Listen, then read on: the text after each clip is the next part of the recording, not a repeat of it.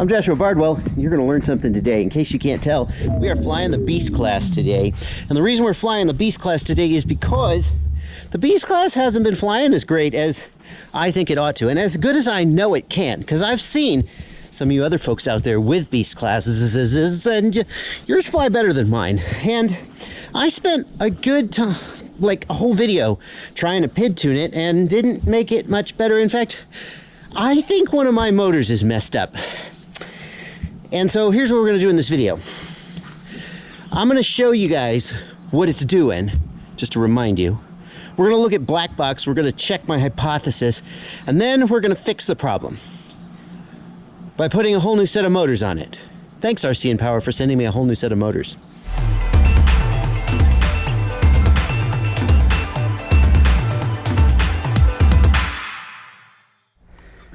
Here's what I want to show you guys. We're having a little bit of an issue.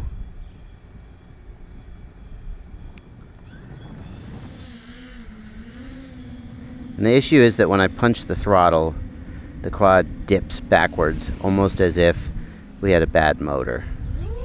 See that? See it dip to the left? Now I've tuned it about as good as I can tune it to try and fix that, but it still does it. And I think I've really had to work to tune it out. We all start getting, see that? See that? The problem is that I've had to tune the P and the D like crazy to try and hold the nose steady, and that is causing all kinds of other issues. So we're gonna bring this guy in. We're gonna look in the black box, and we're gonna see what the deal is.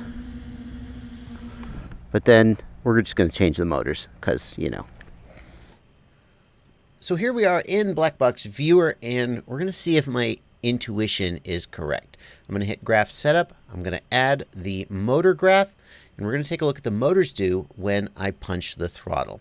This blue outline down here is the throttle position, and I can see right here are my throttle punches. So let's just go scroll on over and take a look, and sure enough, this is what I was afraid we were going to find. What I see here is that one of the motors is going up to 100%. We can see that over here, the motor's at 100%. And when you see that on a throttle punch or on a full throttle move, one of the motors goes to 100%, that's not actually a problem. One of the motors is going to max out. And the other motors, we can see that as I raise the throttle, all of the motors increase in throttle position until the back left motor maxes out, and then the other motors decrease. And the reason they're doing that is that the PID controller's job is to balance out the thrust that the motors are making, so that you can see here, I'm not pitching forward, I'm not rolling, I'm not yawing, I'm just going straight up. So the PID controller's goal is to cause the quad to stay in the position that it's in, stay at the angle that it's in. And when this motor maxes out, it can't make any more thrust. And so these motors have to come down in order to balance out the thrust that this motor isn't making. Whenever you see a motor go to 100% like this in Black Box Log, look at what the other motors are doing. If one motor is at 100% and the others are kind of hovering around 80%, that's just a normal full throttle move, and just so happens that one of the motors happened to max out first. Maybe it just makes a little bit less thrust than the others, so it maxes out first. But in a case like this, where you see one motor max out and the others go, "Whoa!" And look at the difference. It's a massive difference. Right now, these other motors are at 60%. This motor's at 100%, and it just stays there. It's either a bad motor or a bad ESC 99% of the time. Do we see the same thing here? Nope, we don't. This may be a shorter punch, perhaps. And in fact, here we see that motor number 4 maxes out. But notice that their motors are much closer. It's not like one motor maxes out and the other 4 just dive. So don't know if that one may be inconclusive. Here, yep, same thing again. Exact same thing again. Back left motor maxes out, the others take a dive. So this is pointing us to the back left motor or the back left ESC having a problem.